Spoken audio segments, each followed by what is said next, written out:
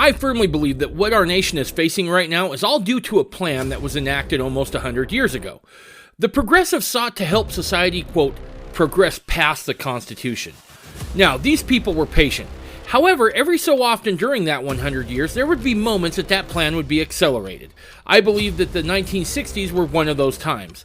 Now, while certainly the most people in America during that time were still pretty conservative, it would be a time when we could start to see the fabric of society begin to fray. Now, we find ourselves in a place where the Haight-Ashbury type hippies of that decade are now in control of the government. To understand the problem fully and come up with a solution, we must look back at the origin of the problem. On this episode, I am joined by author Jonathan Leaf. Jonathan has written a book entitled The Politically Incorrect Guide to the 60s. During our conversation, we break down some of the ideas and political policies that have changed our country and society forever. That and more on this episode of the Mormon Renegade Podcast. Look, it's no secret that our society has become much more crude and coarse. To become and raise men and women of virtue and character is a Herculean task. To help with this, I have recently wrote and published a book. Now, back in the 1700s, Washington had a book called Rules of Civility and Decent Behavior in Company and Conversation. It was a book with 110 rules that talked about how to conduct yourself like a civilized person in society, something that today's society is sorely lacking. What I did is I went back through the book and I reinterpreted his original sayings for the 21st century. So the book is laid out in a way in which you see Washington's original rule. Right below that is my explanation for the 21st century, and below that you'll find 2 or 3 examples of where to use this in the real world. Now, to go along with this, there's a workbook that helps parents teach these principles and practices to their kids. To find the book, go to MormonRenegade.com, go to the bottom of the page, search out the blog post, and order your copy today. I can bear personal testimony from personal experience that this is an invaluable tool to help you raise men and women of virtue and character.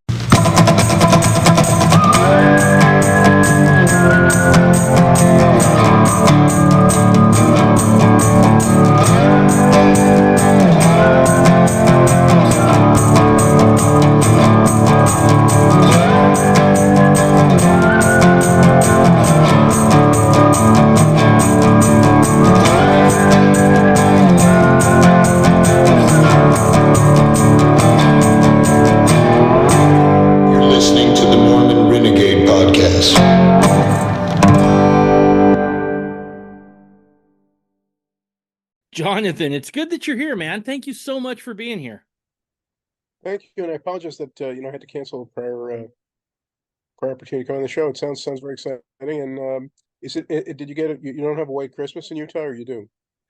Well, the mountains have snow, but here in the valleys we don't. Yeah. But there is the weatherman is calling for some snow Christmas Eve, so we got our fingers crossed. So hopefully we get that done. How about you? You guys inundated with snow out there? No, it's been bitter cold, but no snow. Now you're in New York, right? In New York, yeah. I spent some time on the eastern shore of Maryland and would get up to both New York City and upstate New York from time to time. It's beautiful. It's beautiful during the fall for sure. So, well, man, I gotta tell you, when my buddy, shout out to Nate Richardson, reached out to me about this book, I was super excited. I'm a guy who was born in 77, so I don't remember the 60s or anything like that. Yeah. My mom, she was a hippie, but I was a weird kid, right? I would definitely party, but I was the kind of kid that would listen to Rush Limbaugh while I partied. So I was a little different as a kid growing up.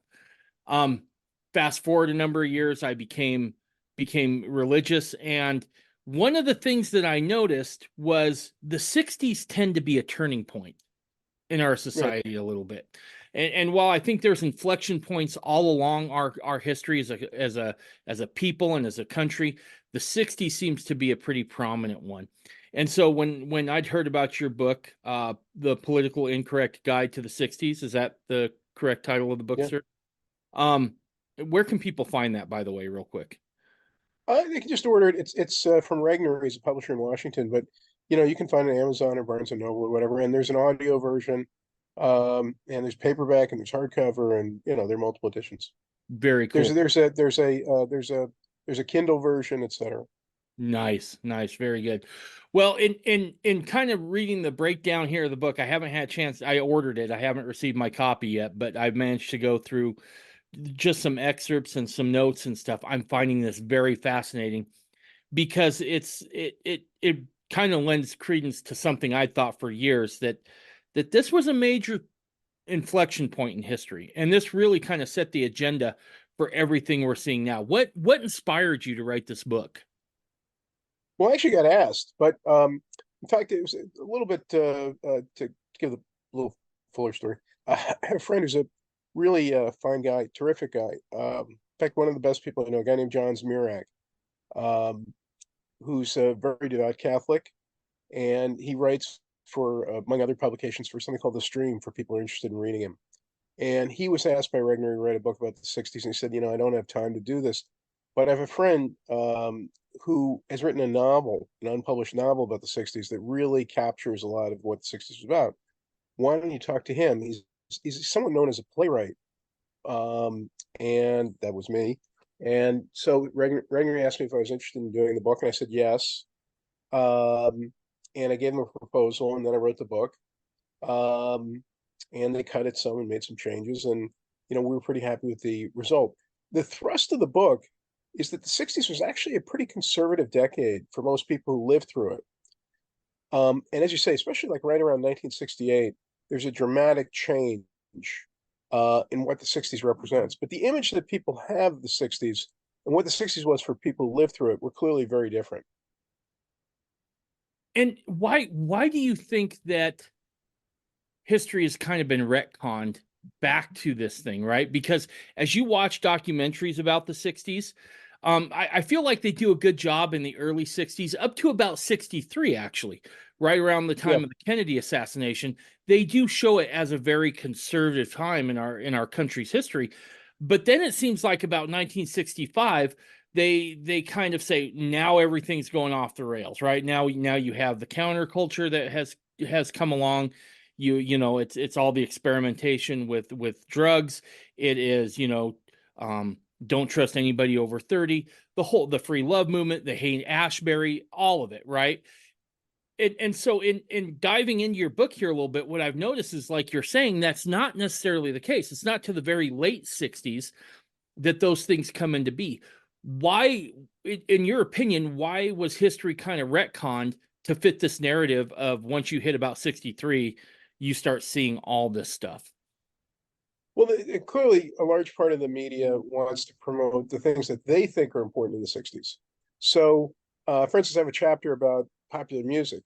Well, a lot of the people that they have focused on really weren't very popular. Buffalo Springfield never had a number one hit.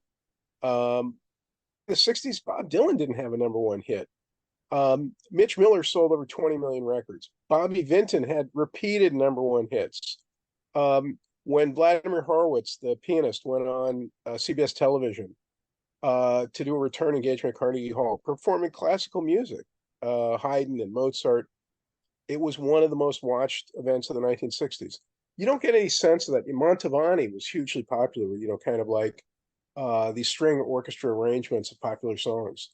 You don't really get any sense of that this was actually what the dominant culture was. And that's the thing about in terms of music, but it extends in many different ways. So in 1962, 1963, the most popular speaker on college campuses across the country was Barry Goldwater. And more students through most of the '60s self-identified as conservative college students than as liberal. Mm-hmm. Uh, so people have this false idea. And when you look at pictures of student protests of the war of Vietnam, except for the ones in San Francisco and Haight-Ashbury, the ones that involve students at Harvard, Columbia, these are radical students. You see that they're wearing button-down shirts, ties, um, penny loafers. They're dressed as they're dressed as conservative kids. Now they weren't actually conservative; they were actually quite radical. But the culture as a whole was still very conservative in a way that I think people, for the most part, don't appreciate. And again, as I think you were implying, there's sort of a story of the '60s that we've been presented with that fits in with what people who are mostly radical or very liberal want us to believe. Mm. And that's always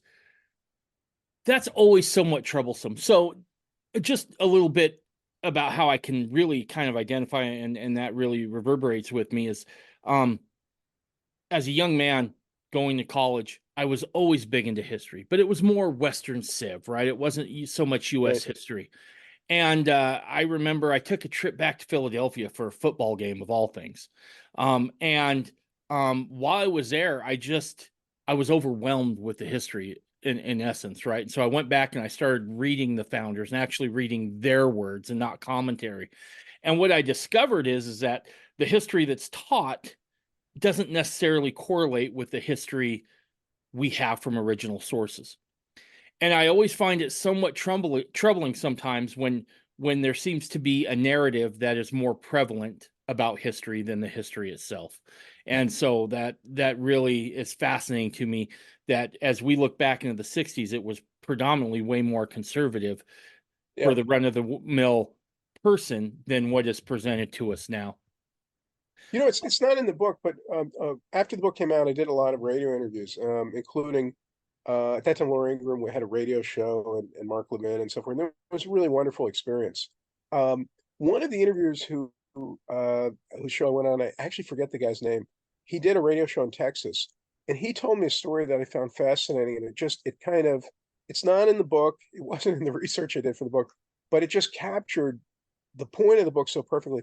He said that he was in high school in Texas in the late 60s. And one day they were in class and they looked out the window and they saw some hippies. And the teacher, it was a shop class, the teacher said, "Do you want to leave class? Do you want to just go outside and see them?" And they did. They actually just left the class. They walked out the door because they'd heard on the news there were these people, the hippies. This is like 1968, 1969. Nobody had ever seen them. I mean, it was something that was talked about, and to actually see a hippie was such an amazing thing that they just stopped the class and they just went out and they tried to talk to these people. But so it was something that was, if you picked up Life magazine, you probably could see pictures of them. But the average college student, not just in Texas, but in a major city, in New York or Los Angeles or Chicago, Portland, even in Portland, probably had never met a hippie. That's funny.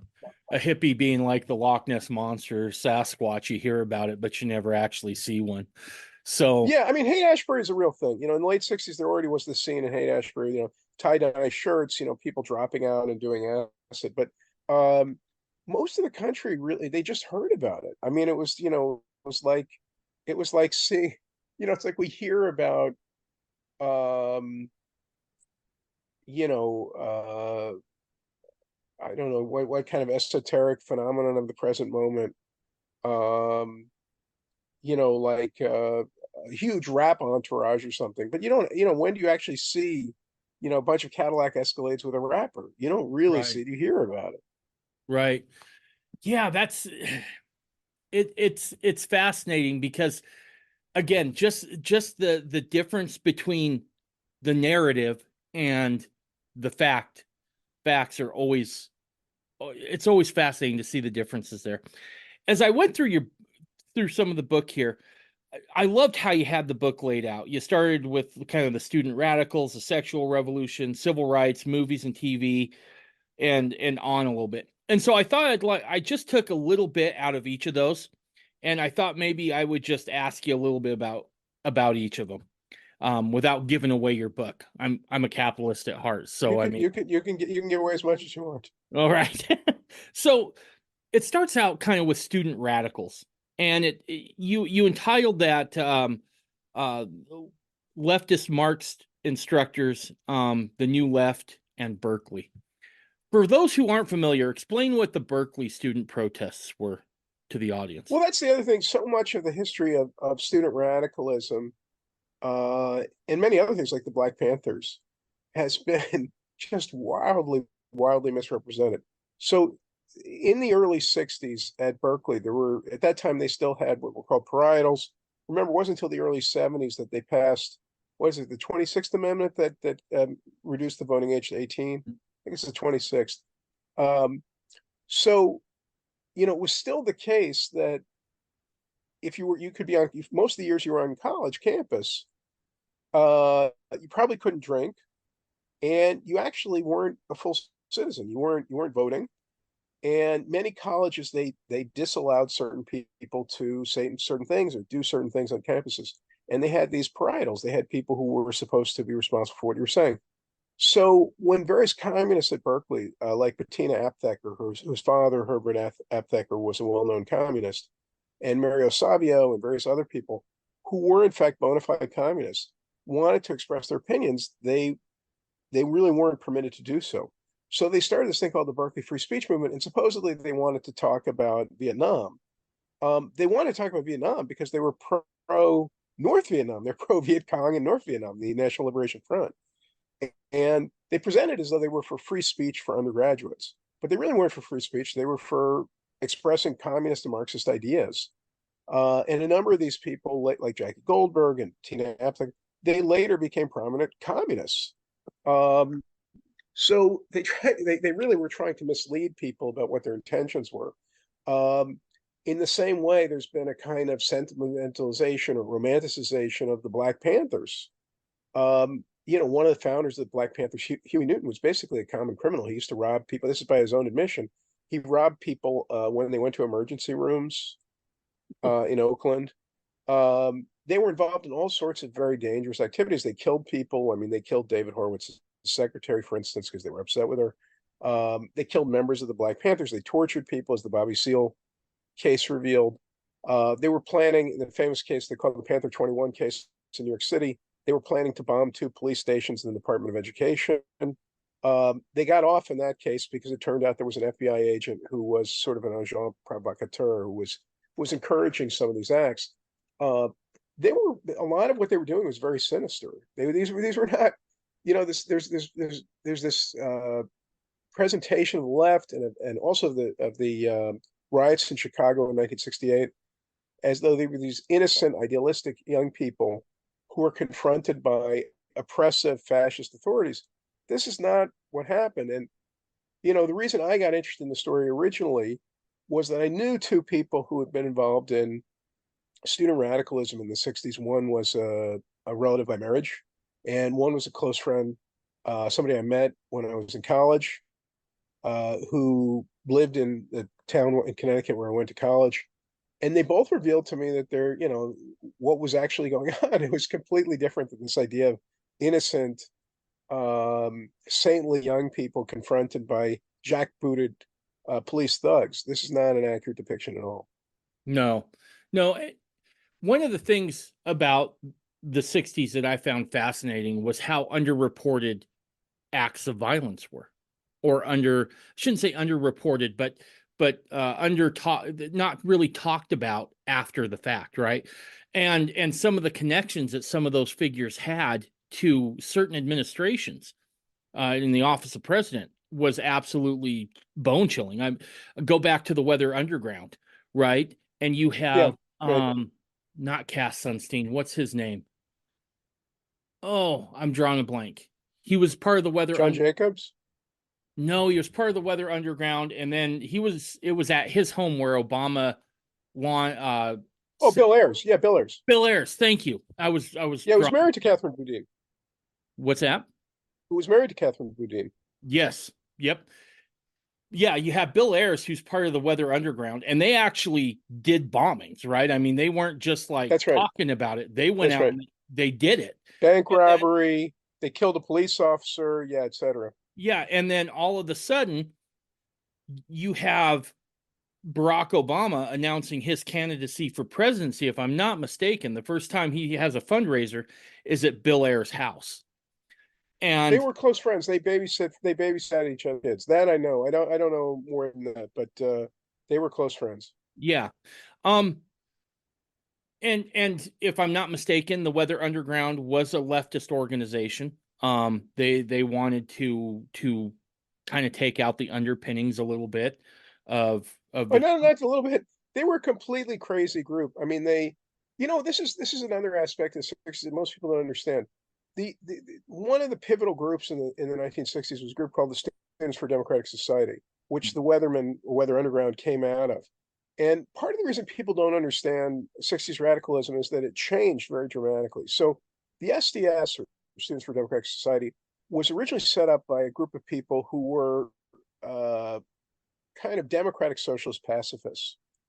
Um, and many of the people later wrote about the SDS had been involved with the group in the early 60s. There was a famous thing that they put forward, or famous at the time, called the Port Huron Statement, because it was produced in a conference in Port Huron, Michigan.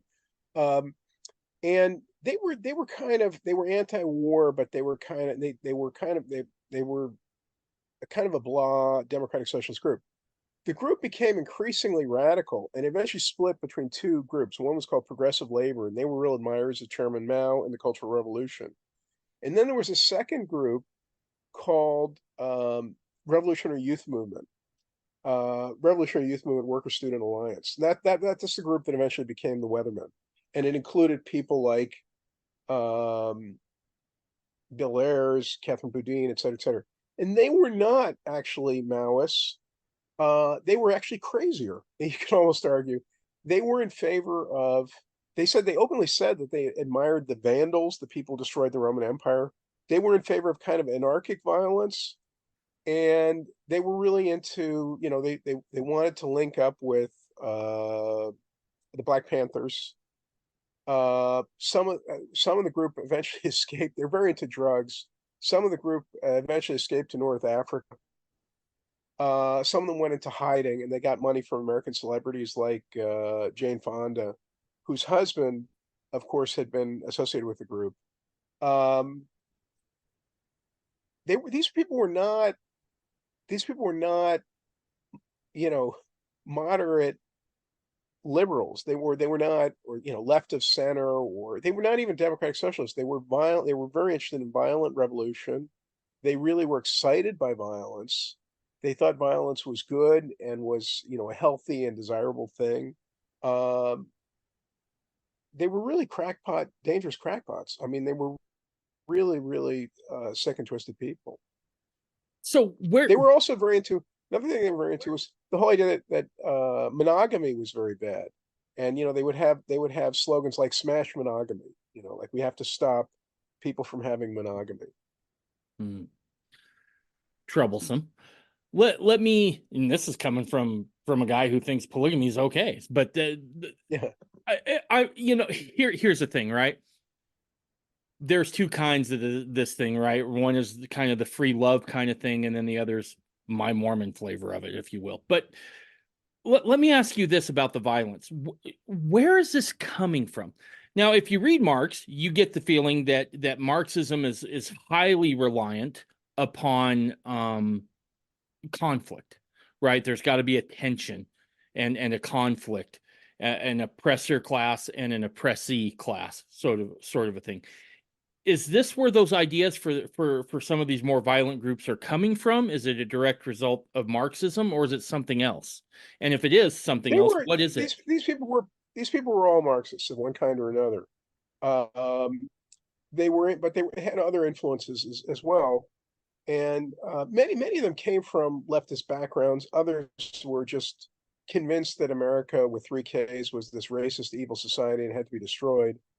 There were a variety of influences. There were also, certainly when you talk about the Weathermen and Revolutionary Youth Movement, they were very interested in drugs, kind of unabashedly.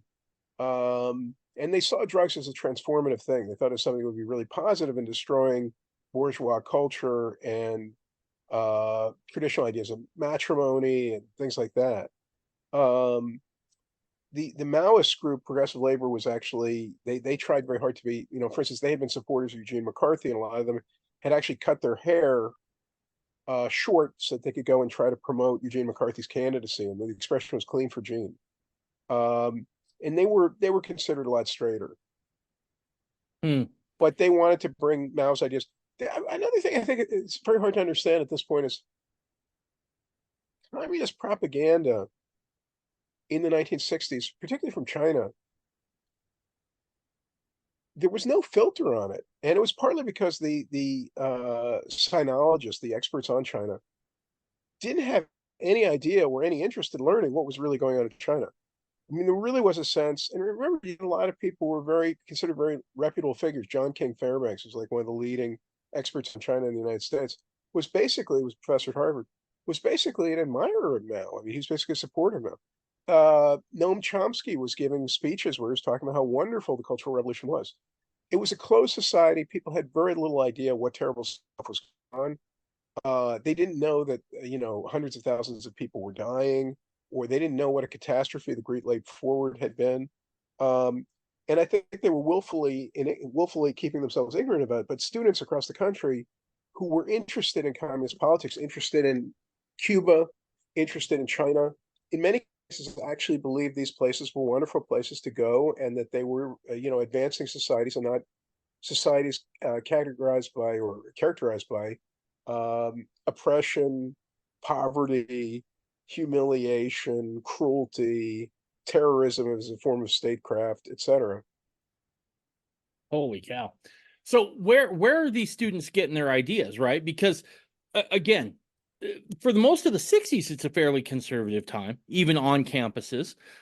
Society as a whole is very conservative, right? This is the baby boomers, if I'm not mistaken. They're coming out of their parents Right, having fought, essentially saving the world, right? They went and fought in World right. War II, and then they came home, and then they were like, well, now we got an economic disaster, and they managed to turn all that around. So where are these kids getting indoctrinated from on this idea? Where is it from the university? And if so, how are Marxist professors making it onto campuses during the 1960s? Well, I think there already were lots of Marxist professors, like Herbert Marcuse and so forth, who had influence. Um, so I think that's a big part of it. But again, I don't think there was any real reporting about what was really going on in Cuba and China. I think most people were pretty ignorant about the extent of the cruelty of their governments. But also students really, a lot of the radical students, they were interested in saying stuff that made them appear cool.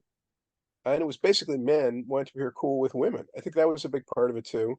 And there was also a feeling that, that America was very racist, and therefore whatever you did to destroy America was good. Mm. And I think you're seeing a return of some of this. In a sense, 50 years later, you're seeing all this coming back. That's what I was afraid of. That was actually a question I was going to ask at the end, because I see a few patterns here. And again, I'm not a trained historian. I don't want to ever present that. I read some and I try to wrap my mind around it, but I'm seeing some patterns reemerge that I thought we were past, that were done. Now that you brought up the racism and the 60s, I want to talk about that. I want to talk about the racism that existed in the 1960s versus what racism exists today. And I want to compare and maybe contrast, if you're up for it, Martin Luther King versus Malcolm X, because I find those two characters extremely fascinating. They seem to be at the polar ends of the spectrum on some things. So what was the average life like for African Americans during the 60s? I mean, are they experiencing a lot more racism than they were today, say? Yeah, I think so. I mean, I think there's no question about it. Um, but the interesting thing is, if you look at the progress in terms of economic improvement that blacks made, they actually made much more in the 40s and 50s than they made in the 60s and thereafter. Uh, and I think certainly some of that has to do with the fact that, starting in the late 60s, you have this war on poverty, The which Great Society. encouraged break, yeah, and encouraged the breakdown of the black family. And now we're seeing it's encouraging in some ways the breakdown of the white family.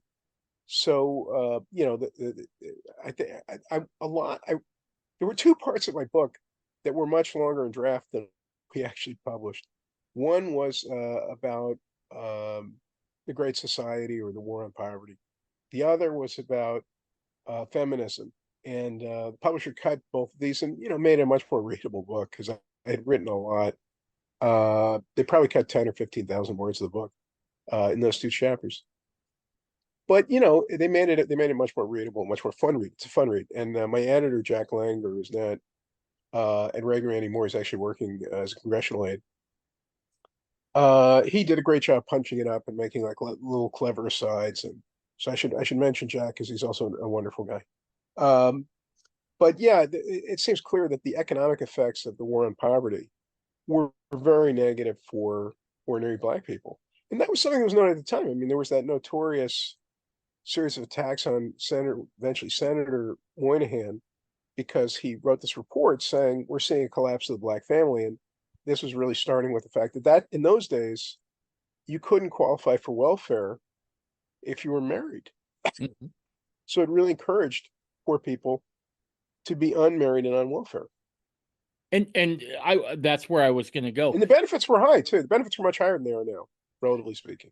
Yeah, that's where I wanted to go to, because you're right. Through the 40s and 50s, as I looked at a few charts and graphs, I mean they were for the most part not as high earning as whites, but it was much closer than what it was after the 60s. Um, and explain how the Great Society and the war on poverty actually, what were the mechanisms there that really caused the collapse of the family, especially black families, and explain to me how it is that this war on poverty actually made poverty worse for people of color in America. By the way, you know the famous joke Ronald Reagan said we had a war on poverty and poverty won. Right? Yep. Um, uh, you know, there was a long period, the 40s and 50s, when the percentage of the population of poverty declined dramatically and basically stops declining when they started the war on poverty.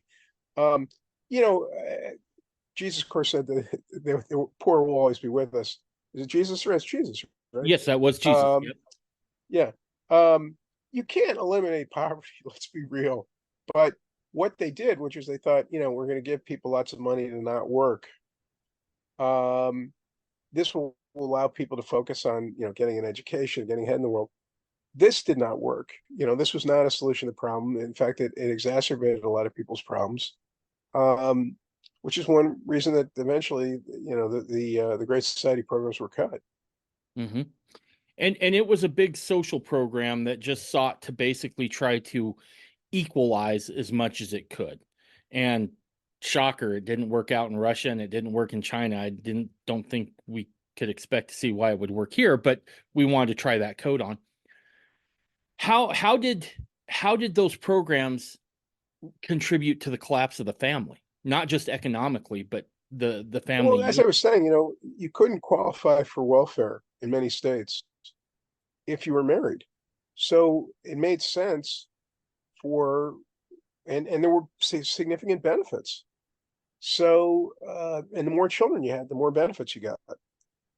So it made sense for women to not be married and have kids, and maybe you have a boyfriend. And, this really increased, it certainly seems that it may have increased rates of illegitimacy, and lack. And it's interesting, if you look at today, if you look at black families that are two-parent families, they don't have high rates of poverty. They have low rates of poverty. They have lower rates of poverty than whites. Um, just having two parents makes an enormous difference in your life, is what most of the data shows. Yeah, yeah, no, absolutely. I think that has been,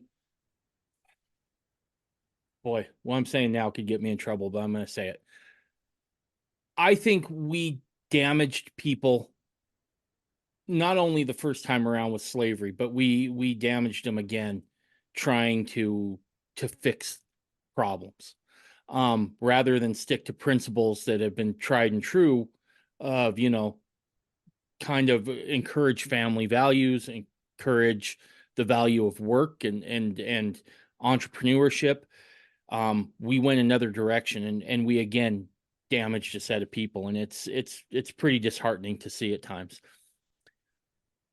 The other thing that I found fascinating is before the Great Society, the vast majority of African Americans identified with the Republican Party a lot more than the Democratic Party. Um, and that was kind Well, of I think the switch was really in the 30s with the New Deal. but yeah, up until the New Deal, most Republicans, most blacks in the United States were Republicans for understandable reasons. Because remember, it was the Republican Party uh, which had led the abolition campaign. Hmm. Yeah. Um, if I'm not mistaken, and you would know better than me, I believe was it Woodrow Wilson that ended up resegregating the He, army? he resegregated the federal workforce Yeah. and the army. Yeah, so he was a classic kind of. He was from New Jersey, but he's originally from Virginia. He's kind of a classic Southern Democrat. So he was, a segregationist. And he resegregated the federal workforce and the army. Yeah, if I'm not mistaken, he showed the movie Birth of a Nation, Birth which of a Nation. Yeah. glorified the Ku Klux Klan in the White House. Also, one of the saddest stories along those lines is that, he was president of Princeton University before he became president, before he was governor of New Jersey. Um, Princeton is a town actually close to where I grew up, uh, and it has an old African American community in it. So it's a very, very expensive town. And one of the people who grew up there was Paul Robeson, the actor, later communist, um, actor, singer. And he wanted to attend Princeton University. He was a very good football player. He was later an All-American football player for Rutgers. But as president of Princeton and as someone who was originally from the South, Wilson prohibited black students from attending. Wow. So that Holy was kind of typical of the kind of Southern Democrat tradition. right. That's fascinating. Let's talk about Malcolm X and Martin Luther King for a minute. Let's start with Malcolm X and then let's talk about Martin Luther King because I'm always fascinated with the dichotomy of those two men, where it seemed on the surface they wanted the same things, but when you dive into what they talked about, and I want to give Malcolm X the benefit of the doubt because I think later in his life he did have a change of heart on some things. Yeah, yeah. But what during their heyday, so to speak, describe to me who Malcolm X was. Well, he was kind of a petty criminal. He went to prison, um, and had this kind of awakening, and he got exposed to the Nation of Islam, which is not something totally accepted by most Muslims because it has as its basic premises that all white people are evil, all white people are devils. That there was this guy, Dr. Yaqub, who invented the whites about 6,000 years ago. We didn't exist before that. And we were originally like these evil dolls, and then we became people, and we're all evil. So it's not really what's a standard version of Islam. But anyway, he got converted to this. I guess he had a lot of hate, and he got converted to this sect. And he went out and he preached, and he was. If you've ever seen clips of him, he was a charming guy. He was also 6'6", and he was a tremendous, tremendous proselytizer. He founded the Manhattan congregation, which was their most profitable congregation, the Manhattan Temple, a mosque. I think they call it Temple. And he went out and he was this dynamic personality. He went around college campuses talking about his ideas. And then he found out that the head of the Nation of Islam, Elijah Muhammad, was not this pure person that he claimed to be. That in fact, he had children out of wedlock, and and he was really appalled. And he also went on a Hajj, went to Mecca, and he saw that there were all these people who were not black. There were lots of white people and Asian people participating in the Hajj. And he still kind of had some black nationalist attitudes, but he opened up and he realized that this hatred of whites was not part of Islam and was not moral. And he wanted to split the Manhattan congregation off from the Nation of Islam, and that was their biggest source of money. And we don't know definitively that the Nation of Islam killed him, but I think that's what most people believe. Right, right. What And he did, and he was beginning to denounce Elijah Muhammad. right? Explain to me what black nationalism was, because I think this is at the heart of Malcolm X's early uh, teachings, if you will, or it's his early political manifesto. Well, it's forgive me, I have a little just have a little bit a little bit of sore throat. Um, it's a separatist vision. It's not a new idea. I mean, it goes back to people like Marcus Garvey with the Back to Africa movement. There's a whole idea that blacks can succeed and will succeed if they part ways with whites. And in a sense, it's not inconsistent with the ideas of white segregationists. Right. Um, so it's the idea of, blacks have nothing to gain from associating with whites, should not associate with whites, etc. And how did the Black Panthers fit into that? Were they affiliated with the Nation of Islam at all? Was there cross pollination of ideas, anything like that? Not really. I wouldn't say so. No, I mean it was founded by Huey Newton and other people in Oakland, and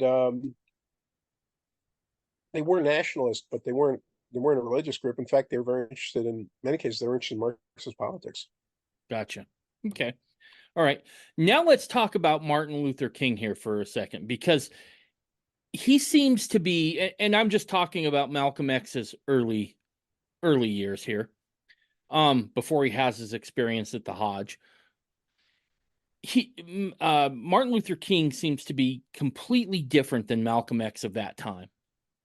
How was Martin Luther King different? Can't get enough of the Mormon Renegade podcast? Well, good news. We're on Patreon, and there's 3 packages that you can choose from. The first one, the Slightly Rowdy package, allows you to hear the podcast without all those pesky commercials getting in the way. For those who want a slightly more in-depth experience, there's the Stirring It Up package, where you can hear ad-free audio, ad-free video, and transcripts. Finally, for those who want to go full Renegade, that package is available too, where you can get everything in the previous 2 packages, plus an extra show where myself and Ben Winfield break down the news of the day from a very Mormon point of view.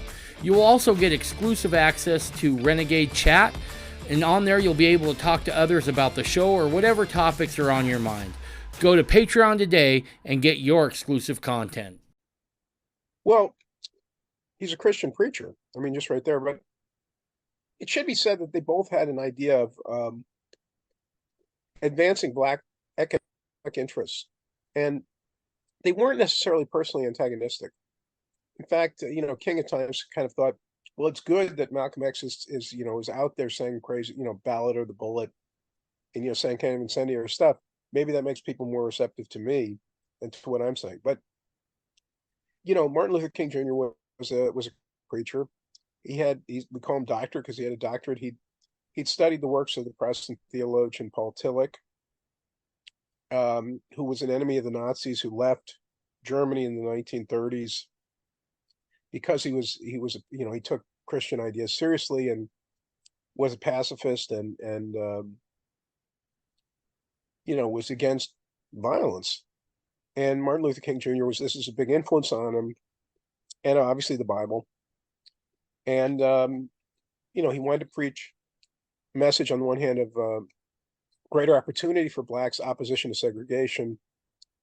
At the same time, he was also saying, let's do this peacefully. And of course, also the other big influence on him was, Gandhi. He looked at the example of Tolstoy and Gandhi. And it's this whole idea that civil disobedience, civil disobedience is actually it's not passive. It's an active process by which but without engaging in violence yourself. So it's a whole philosophy that incorporates Christian ideas, but also the example of other people like Tolstoy and Gandhi and so forth. The thing I always found interesting as I read about Martin Luther King Jr.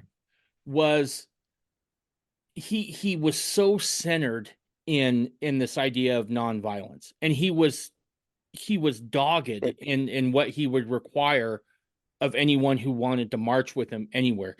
You will get up, you will say a prayer, you will study the words of Jesus, especially the Sermon on the Mount. I mean, he made you sign a contract to march with him. And what I find interesting is that in the end, and it's fascinating and pretty much true with a few exceptions, that this nonviolent route is the one that always seems to win. Gandhi talks about it. Yeah. Gandhi was big into this, and in fact, he talked about how he used the New Testament at times to pattern his movement. Martin Luther King, obviously, he's a preacher, and so this idea of nonviolence does win in the end. And it's ultimately, and I'm not trying to take anything away from Malcolm X. He was an important figure, but those early teachings we find didn't seem to grab the same kind of traction Martin Luther King did. And I think it has a Well, lot to do with. Go ahead. let me disagree with you a little bit. Yeah. I mean, civil disobedience, nonviolent resistance can work if you're opposed to if you're fighting people who are humane and somewhat democratic. Obviously the segregation South was not democratic in the sense that black people couldn't vote, Right. but it had some system of representative government. But if you were to try and use nonviolent tactics as people are, for instance, today in Russia or China, they won't necessarily work because the government controls the media, they control what's reported, and they can punish you in any way they want. Right. Right. And that's why I said with some exceptions, right? I look at the American Revolution, we couldn't get that. Well, I don't. those are big exceptions. I mean, even pointing to Gandhi, I have a old friend, I won't mention his name, is a well-known political commentator, and he says, look, Gandhi's tactics worked with the British; they wouldn't have worked with the Nazis. Right. No, that's true. There are times I think when force needs to be met with force. Um, and obviously political climate and political tradition, I think, have to weigh in heavily on Yeah, that. Um, because I agree with you. I don't think his message works or gets the same result in communist Russia, in communist China, North Korea, any place like that. or Russia today. I mean, this guy Navalny sounds like a very admirable person, but I don't think he's making any progress. No, no, I don't think so either. I think I'm not someone who says peace at all cost either, right? Again, you have to know what political tradition you're operating in to have a good idea if it's going to work or not. Yeah, But I think in terms of America, which is where we're talking about today, I think it was really effective just because it was nonviolent. And as I read back, and I remember I talked to my grandfather about this once. I said, who lived in Washington State, I was like, what did you think during that time? He said, I thought it was horrible. He's like, and I grew up from an extremely racist household.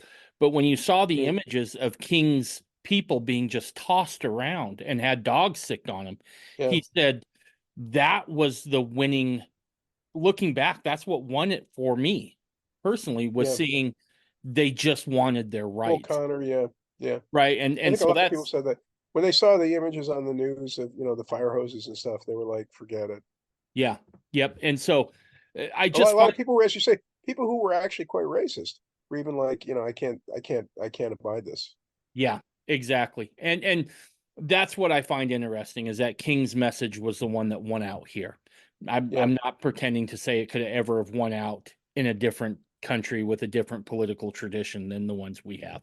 yeah, But that's what seemed to have won out here. So let's move on to the feminist movement during the 60s. right, So again, by and large, it's still a very traditional um time in America. Mom stays at home, dad goes to right. work. But we see the beginnings of the feminist movement. And look, I'll be honest, I'm somewhat torn on feminism a little bit, right? I could definitely see where certainly I want my daughters and everybody's daughters to have an opportunity to become educated, to those things. But there were some things that came along with it that were kind of destabilizing forces, right? Well, it says I learned more as writing the book about feminism than anything else. That was the one subject where, I started writing the book and I thought, a lot of times if I don't know if you've ever written a book, but if you research a nonfiction book, in the process of writing it, you'll inevitably learn a lot of stuff that you did not know and you thought you knew. So I thought I understood feminism, and I came to understand that I did not understand feminism. So the feminist, this what's often called second wave feminism, because they usually think of the movement for women, suffrage movement for women to get the right to vote as the first wave, or even before that. So second wave really starts in the mid '60s with the publication of Betty Friedan's *The Feminine Mystique*. But there was a split in the feminist movement that wasn't really apparent in the '60s, but had emerged certainly by the early '70s. And most people don't really understand this. So Betty Friedan represented one vision of feminism. She was a housewife. She had three kids, one of whom has since actually become quite eminent. He's a scientist. He won one of these MacArthur prizes, for so-called genius prizes. Um, and she was a proud mom. She really thought motherhood was important. She thought she had a very unhappy marriage to her husband, uh, Carl Friedan, and there are instances of their assaulting each other. Um, but she also thought marriage was very important, and she thought that if women had the opportunity to get married and to have children, they should do that. But she felt that she believed strongly that to achieve self-actualization, she'd studied psychology at Berkeley in the 30s and 40s. The whole concept of self-actualization, to realize happiness, many women needed something outside of being moms. And she had worked as a reporter. She'd been a writer. She'd written for women's magazines. She'd written for a variety of different magazines. And she felt that this was very important. And she felt women were being denied opportunities, which of course they were. I remember in the '60s, for instance, you couldn't be a stewardess if you were married. You Hmm. couldn't open a bank account as a married woman alone, but in most places. So she felt they were being denied opportunities, and that to be happy, that they might need the opportunity to work at different jobs that weren't necessarily open to them. So what she was saying was something that I think a lot of people today would regard as kind of obvious. The feminist movement then split. So she represented one part of the feminist movement, another part of and she started National Organization for Women, among other things. There was a second part of the feminist movement, which was led by people like Gloria Steinem, which was really hostile to marriage and to the family and even to having children. Um, and the feminist movement really exists today, and it's never really been healed. And there was an intense hostility between those two women. And I think I mentioned I'm a playwright, had many plays produced, and I can shamelessly promote myself.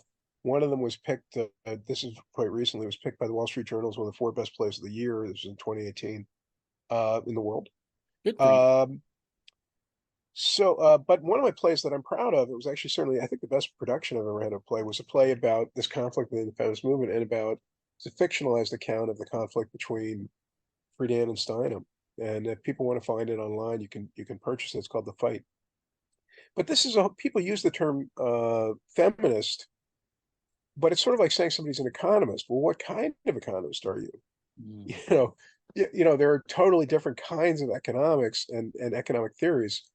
Feminism is could be represent very different things. And Friedan was eventually sort of thrown out to some extent out of mainstream feminist movement, because she she strongly felt that marriage and family were important, and having children was a really worthwhile aspiration.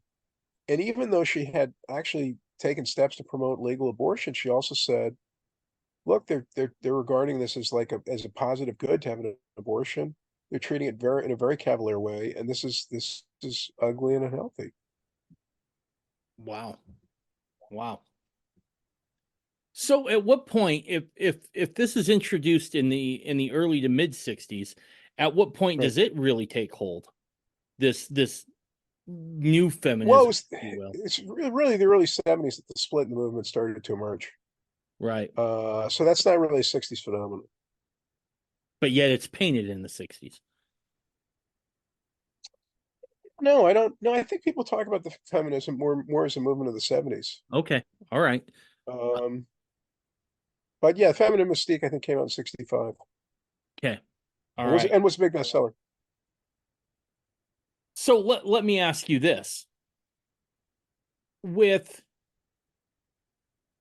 that, there always seems to be kind of a pop culture movement that goes along with this. What was entertainment like, both movies and TV during the 60s? Very, very conventional, not radical at all.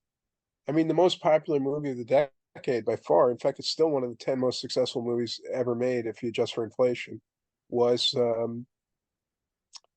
what's the one with Julie Andrews? Where she's in Austria.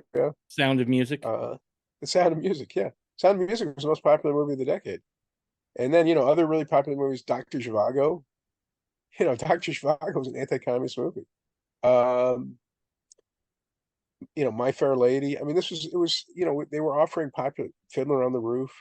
They were offering popular and TV, Gilligan's Island, and they were offering popular entertainment that was very chaste, and was widely popular. Hmm.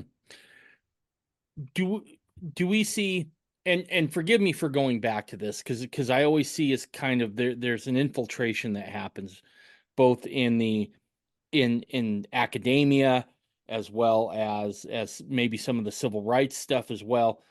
Do we see in the 60s any sort of influx of like communist propaganda kind of movies or communist propaganda into Well, entertainment? you do see again this shift in the decade towards the end, 1968. So, you have release of Bonnie and Clyde, which is celebrating bank robbers. The Graduate, which I guess you could call it subversive. In some ways, it's not that subversive a movie. And actually, Mike Nichols, the director, later said he just assumed that the central characters would probably live conventional bourgeois lives. That they go off together, and they're it's kind of shocking, but that he didn't really see them as genuinely subversive people. Um, but these movies, they were certainly movies that are very, very, very different than the movies of the early '60s. Like the Julie Andrews movies. Hmm. Interesting. And there was Um, more violence. The Wild Bunch is a very violent movie, and the central characters are basically criminals. right, right. It's fascinating that this much change takes place in really a short amount of time, right? You go from 60 to Right. 68, and it's just night and day, and it happens at a breathtaking pace. Let me ask you this. In Right. studying the book, as you look at some of these changes that are happening, did you ever get a chance to read back to anybody's personal account about how they felt about all these changes happening so drastically fast? Did you have any idea of what Yeah, I the talked to a lot of person people. As I thought? say, the thing that really got me interested in the '60s in the first place was that I knew two different people who'd been student radicals, and they told me their stories about their involvement in student radicalism, and the stories were a little bit shocking. Um, but yeah, no. In writing the book, I talked to a lot of people. But I would say it's not even a shift from '60 to '68. It's a sudden beginning of change, really, really around '67, '68. Most of the decade was for most people a very conservative decade. What was that like for people living in that time who are experiencing this shift firsthand in real time? Well, I don't know that it had much for many people. I don't know that it had any real influence on them. Um, if you're married and you're working as a married woman or married woman working as a nurse or a married man, working as a construction foreman or something, you're seeing these changes going on, but you're just going on with your life, and I don't know that it's really that meaningful. Um, After '68, when Nixon came in, they switched the policy of the Vietnam War towards what they called Vietnamization, which is basically getting American troops out of combat. And obviously, that was very meaningful to young people.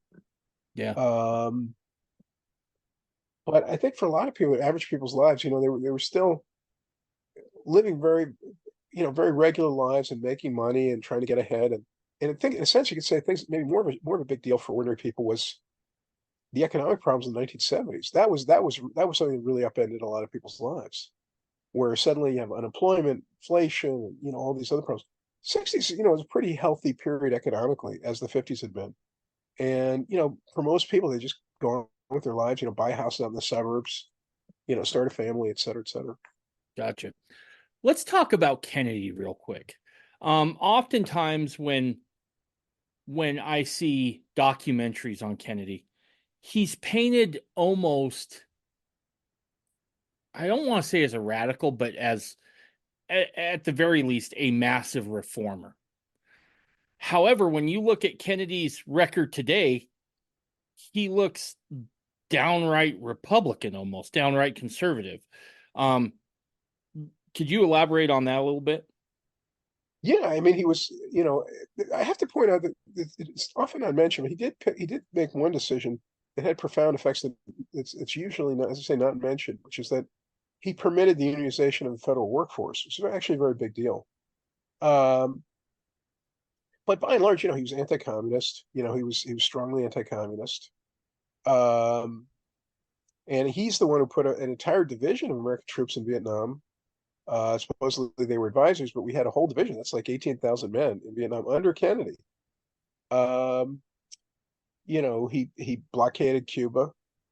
Um, yeah, by and large, he was a pretty, unlike his younger brother Teddy, um, he was a pretty conservative guy. And of course, he cut taxes dramatically during the Second World War. They had increased the top marginal tax rate to over 90%. And one of the first things he did when he got into office was he got a large reduction in the top marginal tax rate. They reduced it to 70%, and then of course it went down even more under Reagan. But yeah, he called for large tax cuts. Um, this was not a radical guy. No. Why do you think he gets painted that way? I don't know. I mean, maybe people don't. I actually don't understand. You could say, well, uh, it reflects the interest of people who think that he's popular, therefore they want to make him out to be someone like themselves. But I'm not sure that's it. I think maybe they just don't understand his presidency. Yeah, yeah, no. As you look back at his presidency, and look, I certainly have issues with some of Kennedy's personal life, right? His affairs. I can't get Yeah. behind that. But just from a pure political standpoint, I'm like, him and Reagan could have hung out, right? I mean, Oh, they absolutely. weren't that far apart. Yeah, Um, absolutely. and I find it fascinating that he gets just lumped in with this. And again, the reality, as you point out in the book, is in stark contrast to kind of how he's been again retconned and how he looks to us today. Dave, I apologize. Can I take a break for just a minute? Absolutely. Sorry. We'll come right back. Yeah, Okay. absolutely. Let Okay, me just I'll just pause this. just give me a minute. I'll be right back. Okay. So now that we've kind of covered Kennedy, who he was, a lot of other things, I want to go back to something that kind of ties in with, I think, kind of ties in with feminism, um, or at least feminism as it's portrayed today, and that is the sexual revolution. What was that all about? What were the ideas behind it? What was going on there with that? Well, to some extent, that reflects, changes in American culture that were not promoted by the intelligentsia. They were just reflective of technology and patterns of living and so forth. So you have the introduction of the birth control pill. You have the American population is much more urbanized, and then of course going back to the 20s, you have the introduction of the automobile. And one of the points I actually made in the book is if you look at surveys of American adults, it seems that actually sexual promiscuity increased more in the 20s and the 40s and the 60s. So there's this general trend towards premarital sex, but it was actually more rapid in the 20s and 40s than it was in the 60s. And in fact, as recent as late as the late 70s, Reader's Digest, which is a conservative publication, it was a conservative publication, they did a readers poll, and they found the overwhelming majority of the young readers, said that they were not practicing premarital sex. This is like 1977 or 78 or something. So there certainly was a large part of the population right into the 1970s that didn't believe in sex before marriage, um, as in much of the country today. So, the image that people have of the 60s of, free love, et cetera, et cetera. Like this thing about the hippies, there's a minority of people in Haight-Ashbury and other places, um, certain college campuses where this was going on. But there were a lot of places where people, they went steady and they wanted to have sex after they got married. Interesting. Because that really is kind of what you see painted on all the documentaries, right? Is that it was just kind of this free-for-all of sex and drugs. But for the majority of Americans, it wasn't that way. No, no. Fascinating. Fascinating. And so at what point you said something here that surprised me. You said when you were talking about the amount of people who were engaging in premarital sex, you said it really hasn't changed all that much today. Is that what I heard? Did I hear you correctly?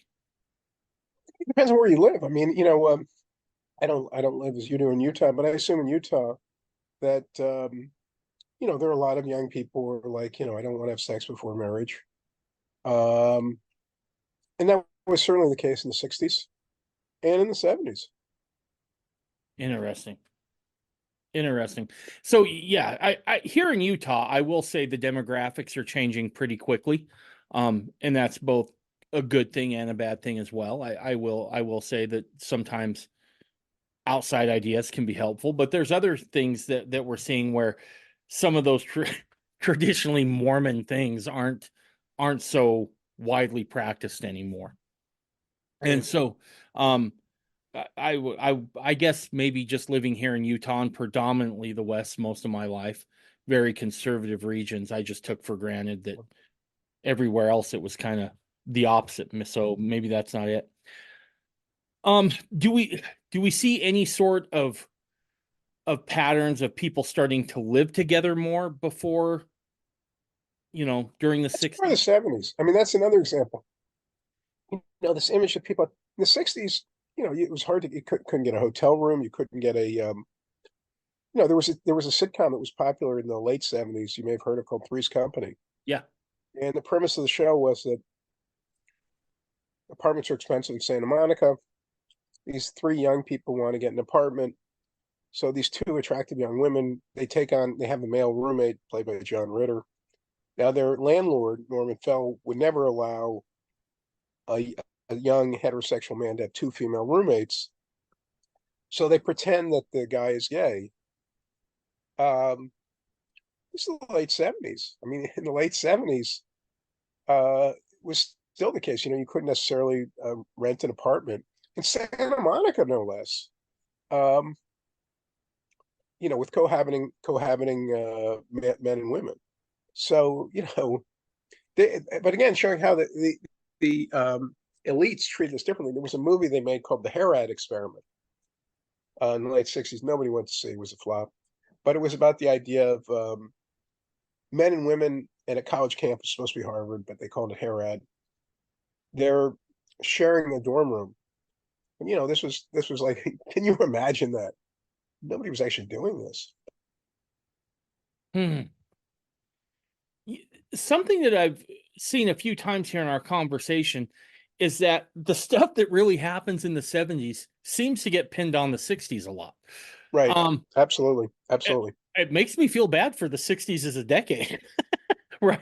They get all the crap thrown on them for no apparent reason. There's got to be something there that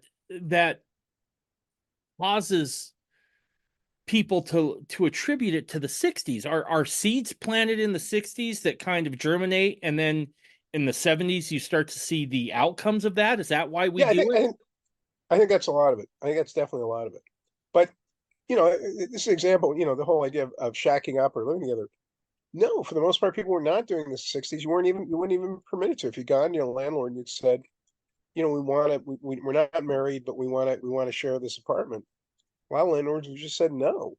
You can't do that. By the late 70s, this is becoming increasingly common. That's interesting.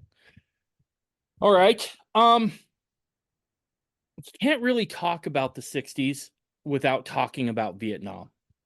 Right. What was it that initially drew the United States into Vietnam, and when did we first go in? When did we first put boots on the ground? You said it was under Kennedy? Well, obviously the so-called domino theory, this idea that, because totalitarian states that they can control the population in a way that's very difficult to reverse, that once they gain hold in one country, they can use that as, and also they can use that as a as a mechanism to get power in other countries. Um, so that had a big effect. So, but we provided enormous. People forget we provided enormous amount of aid for the French when they were fighting the North Vietnamese in Ho Chi Minh. We provided over $1 billion in aid before Dien Bien Phu. Now that's $1 billion in 1950s dollars. So that's it's got to be comparable to what we've provided to Ukraine, for instance. It's an Right. enormous amount of money. We were really financing France's war effort. And when Dien Bien Phu fell, we were very upset. And, we were backing Diem and others, um, and we wanted them to succeed. So, we had military advisors there under Eisenhower. We were providing economic assistance. And then under Kennedy, we actually sent an entire division of so-called combat advisors or military advisors. And then, after Tonkin Gulf, Johnson sends in a huge force. Eventually we get to have 500,000 troops. You titled that chapter of your book, if I'm not mistaken, "Snatching Defeat from the Jaws of Victory." Right. Can you explain that premise real quick? Did it ever look like we were winning that war? Well, I mean, you know, from a practical standpoint, getting into Vietnam in the way that we did and fighting the war the way we did under Johnson was actually a terrible mistake. But here's the other side. By the time we left, uh, the Viet Cong had basically been defeated. And the reason South Vietnam fell was that the North Vietnamese regular army, including tank brigades, invaded the country. The Viet Cong had largely disappeared. Um, so if the aim was to defeat the Viet Cong, we succeeded, but we left. And, North Vietnam as a regular, regular old-fashioned, kind of 1940s style blitzkrieg invaded the country and conquered it. And by the way, people dismiss the domino theory, but most of Southeast Asia then fell into the control of communists. Right. Laos, Cambodia, with devastating effects. Yeah, that domino theory, that's not something America or the West just invented out of nothing. Right, Marx tells you in the manifesto that this really has to be a global movement in right. order for it to succeed. So it's not like we just invented that so we couldn't meddle in Vietnam. Now, were there shady stuff that happened as far as, the military industrial complex? Sure. I mean, look, there's no doubt there was some money that was made there. However, I don't think that we should completely dismiss out of hand. There were some very real concerns that had to be addressed um, with the domino theory, so to speak. Right. So And Indonesia could have fallen too, by the way. People forget that. what could have fallen? Indonesia. Yeah. Yep. Yep. Absolutely. So we have this decade, the 60s, that by and large, the conditions on the ground for the vast majority of Americans is still a very conservative decade. Um, Right. and at the end of your book, you have the last chapter, which is Birth of the Counterculture.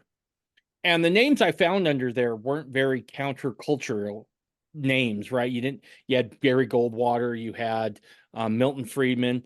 Goldwater is a a conservative giant of an intellectual, so to speak. Milton Friedman is um, Reagan gets a lot of his economic policy from Friedman. Um, what did you mean there by birth of a counterculture, and then to include those names? I think it was actually suggested by the publisher, but the point was that this was a counter to the counterculture in effect. But they began to have an enormous impact. So Friedman's impact, for instance, extends far beyond the United States to many foreign countries that adopted his ideas. Britain, Chile. You can make a long list. Monetarism is an increasingly respected um, set of economic tenets. Keynesian thought still is influential, but even if you look at a college textbook these days, monetarist ideas like crowding out have been accepted more and more. Um, so he's an example. You have the beginnings of these more laissez-faire approaches to government that are going to coalesce and leading to Reagan's election. And they've had influence around the world. It seems like we're going to have to fight this fight again, but they've had influence around the world. What do you mean by that? We're going to have to fight this again. Well, I mean, there's this enormous increase in the number of people who self-identify as socialists. There's this huge number of people who are subscribers to Jacobin magazine. Jacobin magazine, yeah, like Robespierre was a great guy. We've got to emulate that. Marxism has made a return, and stupid ideas don't just disappear; they reappear. So we've got to continue to fight these things. Perfect. So if you were to sum up the 60s in terms of the influence it had on the United States today, how would you do that? Well, in terms of these ideas that appeared at the end of the decade, clearly bad. The rise of drug culture, and increasing acceptance of drugs. Yeah, I think there are a lot of really bad things that came out of the 60s. And then as you mentioned, there seems to be a rebirth of this, and I would agree with you. I mean, Yeah. And again, I'm gonna get in trouble for this, but I'm kind of used to it by now. If we look at Black Lives Matter Inc., not your run-of-the-mill people on the ground, but the people running the organization. The woman who started it says she's a classically trained Marxist. If you read what they have on their website about the thing that jumped out to me was the stuff they'd said about the family, that it's a family friendly environment that we have here. We just seek to essentially destroy the nuclear family, and kind of back to that Clinton-esque, it takes a village to raise a child sort of a thing. Right. These are making a return again. Right. Last time we had champions on the right that kind of kept it in check, right? Now they did some bad stuff too. I'm not here to paint the right as the all virtuous white knight. But by and large, there was pushback, right? You had Reagan in again, 60s and 70s, who's governor in California. He pushes back against some of the stuff happening in Berkeley and the Haight-Ashbury. You have Barry Goldwater, you have Milton Friedman. Do you see he fired people forget this. He fired in his capacity as governor. He had Angela Davis fired. Yeah. And then she was, I guess, reappointed. Yep. But no, that was a really commendable decision. I mean, that was showing guts. Do you see anybody like that again rising up to kind of push back against this with the same kind of fervor? Yeah. Yeah, I do. I mean, we're going to see other people. I mean, you're a little bit younger than I am, but we're going to see people in their 20s and 30s who are going to emerge in the next few years, who are going to be leaders. But yeah, absolutely. And would you say that this is that what we're seeing now follows just kind of a general pattern that happens within society, where these ideas continue? It's unfortunate. I mean, it's unfortunate. You would think that the incredible failure of Marxism, communism around the world would have categorically proven to anyone sensible or sane that this should never be contemplated in any serious way again. But of course, many people are insensible or sane, especially many young people. So, it's a constant fight. Very good. But yeah, it seems that every so often these ideas seem to reappear and get taken seriously. Right. Well, I got to tell you, Jonathan, I really enjoyed this conversation. Is there anything you wanted to bring up that we didn't maybe cover that you wanted to go over? Well, no, actually, no. Thanks so much for having me on. And I want to encourage people to buy this book. And I also want to mention that I have a novel that came out in March called City of Angles. It's a mystery novel set in Los Angeles. And Kirkus Reviews, which is famously the most difficult reviewer, they won't even tell you who they assigned to do the review, called it Light Literary Entertainment at its Best. So if people are looking for an entertaining mystery novel, fun read, they should get it. You can get it through Amazon, Barnes and Noble, you name it. It's from Simon & Schuster. And thank you so much for having me on. Perfect. Oh, Thanks. and actually, I did want to say one more thing. I know you're a Mormon. Yep. And the Mormon people I've known in my life, they've been so polite and industrious, and I am a great admirer. Well, thank you. We certainly try. We have our faults like any other groups of people, and we gotta deal with those, and we gotta take care of them. But yeah, I definitely love my audience. They're definitely a great group, and I'm sure you'll see a little bit of a tick up in the Mormon section buying your book. So Thank you. perfect. Stick around for just a few minutes. Bye, everybody.